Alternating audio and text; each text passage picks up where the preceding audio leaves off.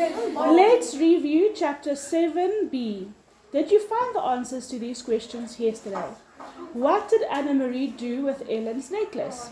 Well, she hid it in a secret place, and she said she'll give it to Ellen when the coast is clear, when all this nonsense is over. Number 2, where did Ellen get her necklace from? She got it from her papa, her parents. And number 3, explain the difference in sunlight hours in Denmark in your own words. So, I hope you used your own words, but basically, because Denmark is in the northern hemisphere and way up closer to the North Pole, it gets less sunlight in the winter, and more sunlight in the summer. So it's about 6 hours sunlight in the winter and 18 hours in the summer. So it's like insane amount of sunlight. But the sun is not very close to them, so they don't get very hot. It's a cool, nice sunlight.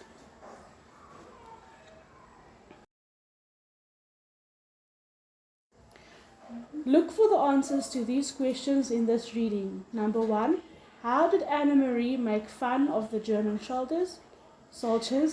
And number 2, why is Anna Marie so delighted to have oatmeal, milk, cream and butter at breakfast?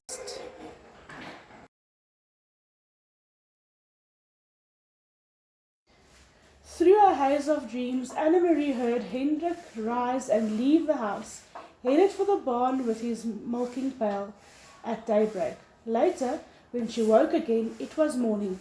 She could hear birds calling outside, one of them close by the window in the apple tree, and she could hear Mama below in the kitchen talking to Kirsty. Ellen was still asleep. The night before, so shortened by the soldiers in Copenhagen apartment, seemed long ago. Anna Marie rose quietly so that she wouldn't wake her friend. She pulled on her clothes and went down the narrow curved staircase to find her sister kneeling on the kitchen floor, trying to make the grey kitten drink water from a bowl. "Silly," she said. "Kittens like milk, not water." "I am teaching this one new habits," Kirsty explained importantly. "And I have named him Thor, for the god of thunder." Anna Marie burst out laughing.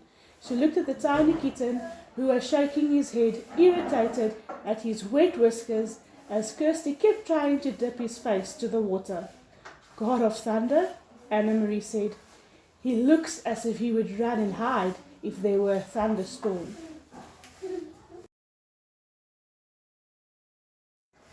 "He has a mother someplace who would comfort him, I imagine," Mama said. "And when he wants milk, he'll find his mama." "Or he could go visit the cow," Kirsty said. Although Uncle Hendrik no longer raised crops on the farm, as his parents had, he still kept a cow, who munched happily on the meadow grass and gave a little milk each day in return. Now and then he was able to send cheese into Copenhagen to his sister's family. This morning, Anna Marie noticed with delight Mama had made oatmeal, and there was a pitcher of cream on the table. It was a very long time since she had tasted cream. At home, they had only bread and tea every morning. Mama followed Anna Marie's eyes to the pitcher. "Fresh from Blossom," she said. "Hendrik milks her every morning before he leaves for the boat. And," she added, "there's butter too. Usually not even Hendrik has butter, but he managed to save a little this time."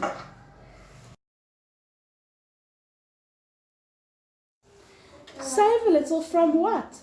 Anna Marie asked, spooning oatmeal into a flour bowl. "Don't tell me the soldiers tried to, what's the word, relocate butter too." She laughed at her own joke.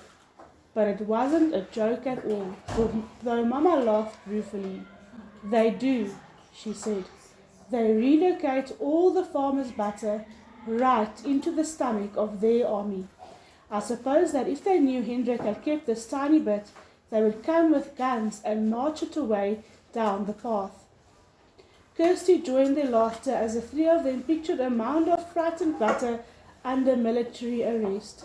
The kitten darted away when Kirsty's attention was distracted, and settled on the windowsill.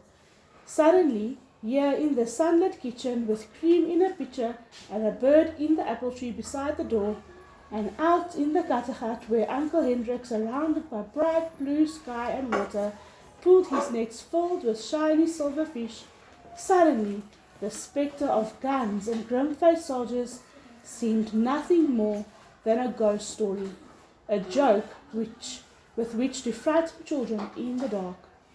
Ellen appeared in the kitchen doorway, smiling sleepily, and Mama put another flowered bowl of steaming oatmeal on the old wooden table. Cream, Anna Marie said, gesturing to the pitcher with a grin. All day long the girls played out of the doors under the brilliant clear sky and sun. Anna Marie took Ellen to the small pasture beyond the barn and introduced her to Blossom, who gave a lazy, rough-textured lick to the palm of Ellen's hand when she extended it timidly. The kittens scampered about and chased flying insects around the meadow.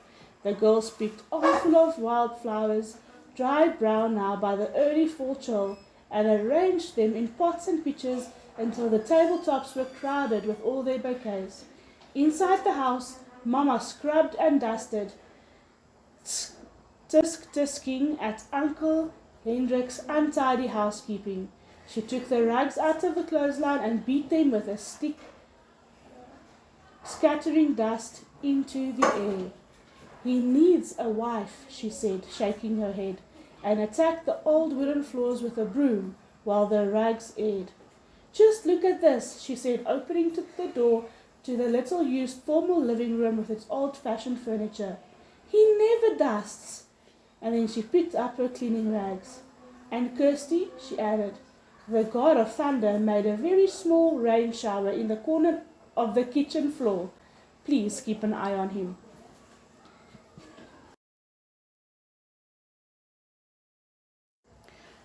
Look for the answers to these questions in this reading. Number 1, how did Anna Marie make fun of the German soldiers? And number 2, why is Anna Marie so delighted to have oatmeal, milk, cream and butter at breakfast?